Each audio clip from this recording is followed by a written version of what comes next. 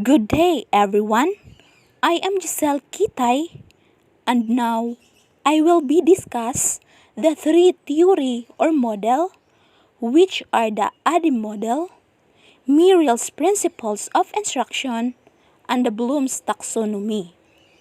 So the first topic is the ADI model. So what is ADI model? So the ADI model is a great tool for designing effective learning programs.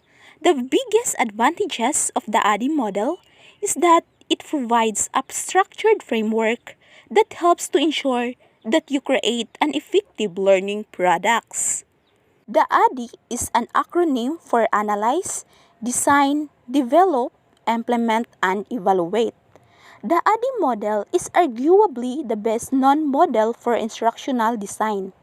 Instructional design is the best process of designing, developing, and delivering learning content. So there are 5 phases of ADI model. The first one is analyze, second design, the third is develop, the fourth is implement, and the fifth one is evaluate. And this phases is very important because this help in measuring learning effectiveness. So the first phases is analyze. The problem is identified, the training needs analyzed, the target audience identified, and the high-level training goals. So there are key activities, the problem identification, training needs analysis, and identify target stakeholders' needs. So the next phases is design, that all the information from the analyzed phase is translated into a learning design. So there are the key activities in design. Learning intervention outline, learning intervention is map, and mapping evaluation methods. So the next is development. It's about the development of the different design into working products. Key activities determine the delivery method, production of the learning products in the line with the design, determine the instructional strategies, media, and methods, quality evaluation of the learning product, development and evaluation of assessment and tools, development of required technology, and next is development of a communication strategy around the learning intervention. So the fourth phases of ADI model is implement. It's about the delivery of the training and involves mostly project management.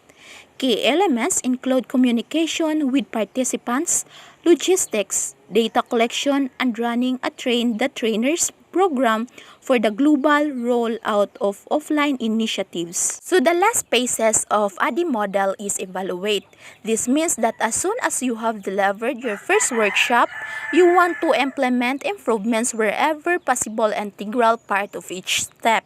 So the key activities is evaluation, continuous learning, proposed points of improvements, and the last one is evaluation of the business case. So now, let's proceed to the second topic, which is the Merrill's instructional design principles.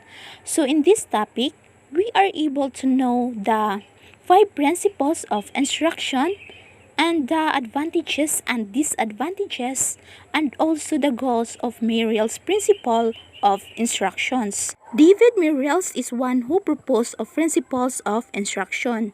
He is a respected educational researcher and teacher, studied various instructional design theories and models to identify a number of principles common to each. David Merrell proposed his framework that integrates 5 principles of learning. This framework is commonly known as Merrill's first principle of instruction, or MPI. So now, let's proceed to the Merrill's 5 principles of instruction. So there are 5 principles of instructions of Merrill. So first one is problem-centered, second one is activation, the third is demonstration or show me, and the fourth is application or lead me, and the last one is integration. So the first principle of Merrill's instructional principle is problem-centered. Learning is promoted when learners are engaged in solving real-world problems.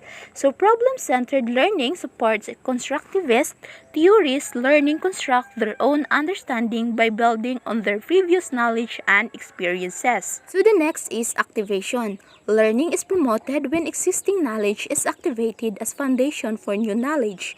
Identify where the learners are at before introducing new content to help them link and meld the old with the new. Revise and activate learners' previous knowledge on the topic to prepare them for building upon its scaffolding. So the third principle is demonstration or show me. Learning is promoted when new knowledge is demonstrated to the learner. When delivering content, incorporate multiple demonstration of the concepts where possible to provide content and deepen learners' understanding of its application.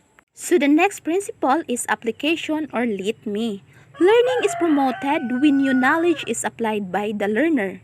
Application of knowledge to real-world context is a vital part of effective learning. Ensure the opportunities for learners to practice skills and consistent with the learning outcomes. The last principle is integration. Learning is promoted when new knowledge is integrated into the learner's world.